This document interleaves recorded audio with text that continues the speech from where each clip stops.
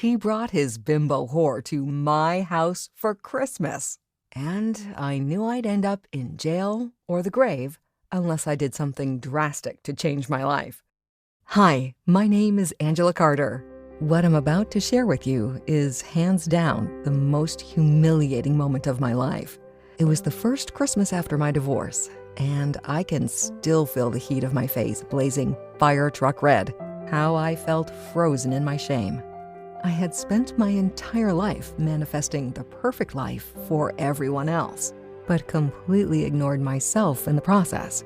I never felt like I had the time or energy for me, even though I'd actively participated in every moment of the creation of my life. I just didn't see myself in it anymore.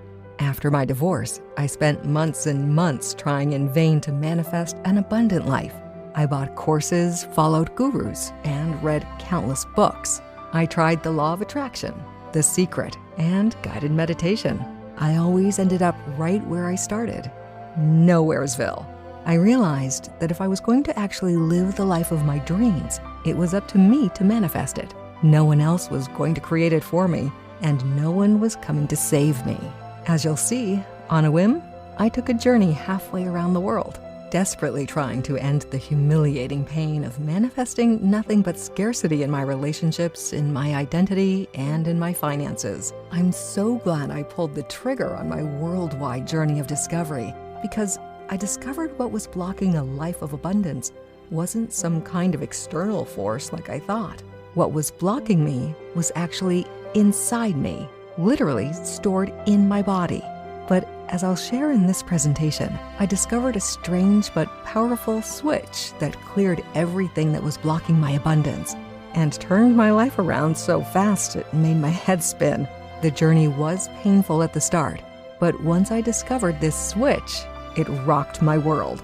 I've never felt so connected in my relationships. I've never experienced such a deep connection with my source, and I never even knew I could feel so connected to financial abundance. What I've since discovered is this simple switch, and the unlimited abundance it triggers is available to anyone. My humiliating story demonstrates how you too can discover how to rewrite your story into one of unlimited abundance, starting as soon as today. 18 months ago, I was hosting Christmas at my house, not long after my divorce from Tom. He'd been cheating on me for most of our 25-year marriage. Against my better judgment, I invited him over for Christmas for the sake of our 2 adult kids. Our oldest was Jody, a junior in college. Tom Jr. was a freshman. Typical me, I went all out to make it special, as I always did. It was so easy to slip into my role as the engineer of the perfect life for my family. I had mentally prepared myself to be cordial to my philandering husband. That night, my kids had already arrived and had been telling me all about their fall semester at school. That's when the doorbell rang. I knew it was him, so I took a deep breath and mentally put on my big girl pants. But I was not prepared for what came next. I answered the door to my ex-husband standing arm in arm with some Kim Kardashian lookalike who looked young enough to be his daughter. Her boobs were practically bursting out of her low-cut dress. "Merry Christmas," he said, holding out a bottle of wine. I stood there frozen in my humiliation and shame. Then she came in for a hug, saying, "Merry Christmas, you look so beautiful tonight." I turned around in slow motion to see my daughter with her eyes wide and her hand over her mouth. Tom Jr. was looking at her boobs, his eyes lustfully taking her in. In that moment, I knew I had to do something drastic to change my life. All I could say was, "I'm going for a drive." How had my life come to this? This emptiness, this shame, this deep pain at living a life I wanted nothing to do with. Why had I been so successful creating as perfect a life as possible for everyone else, while mine felt so empty, meaningless, and futile? Taking refuge in a Barnes & Noble Starbucks, I started wandering aimlessly around the bookstore, sipping my steaming cup of cheer. Then I found myself in the travel section. I thought I could just get on a plane and just leave. But I knew I needed something more than an escape or a break. I needed a deep reset. I needed to find myself, to like my life, to manifest the life I wanted to live in. I felt so lost. In desperation, I whispered a prayer. I don't know who I was praying to. I closed my eyes and whispered earnestly, God, I'm in serious trouble here.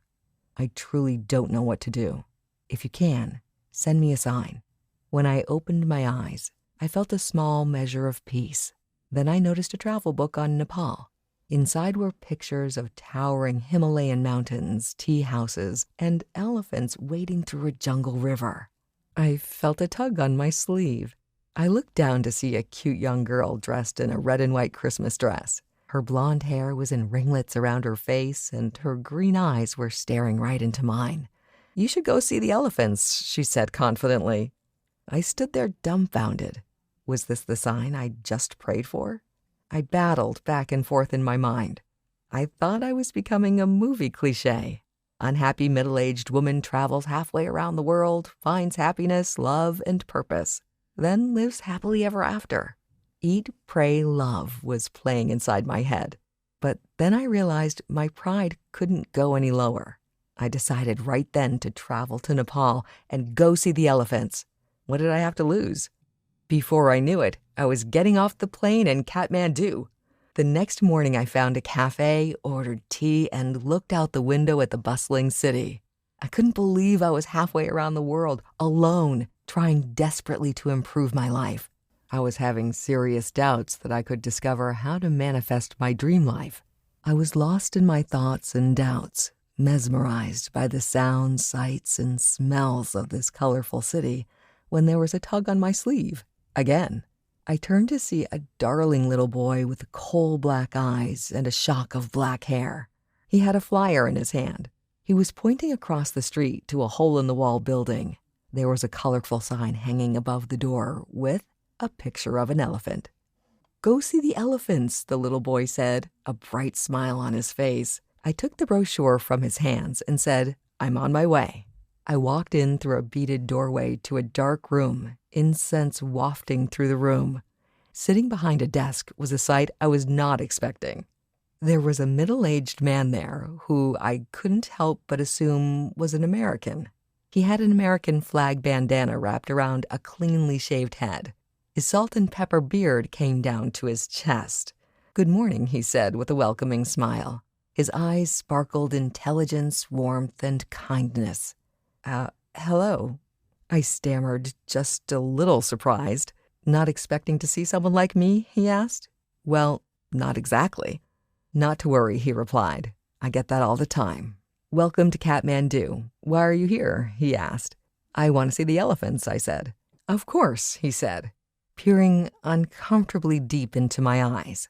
But why are you here? At that moment, I knew he wasn't asking about my travel plans.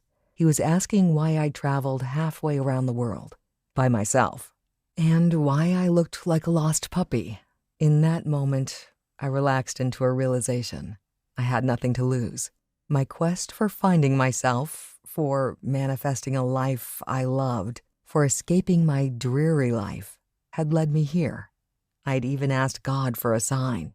Then, not once, but twice, a random child had told me to go see the elephants.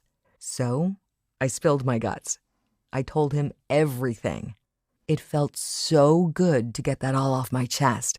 I felt liberated just telling my story to someone who truly listened. I actually felt a little freer, like my dark story didn't have as much of a hold on me anymore. But as you'll see, I was in for more, much more. Anthony then asked me just 3 questions that so radically changed my life, I hardly recognized the old me anymore.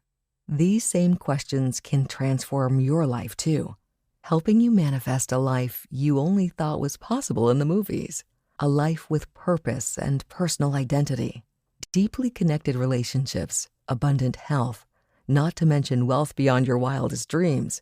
The first question Anthony asked was this: have you heard of trauma stored in your cells of your body? His question took me by surprise. Stored bad memories? Sure, but I'd never heard of trauma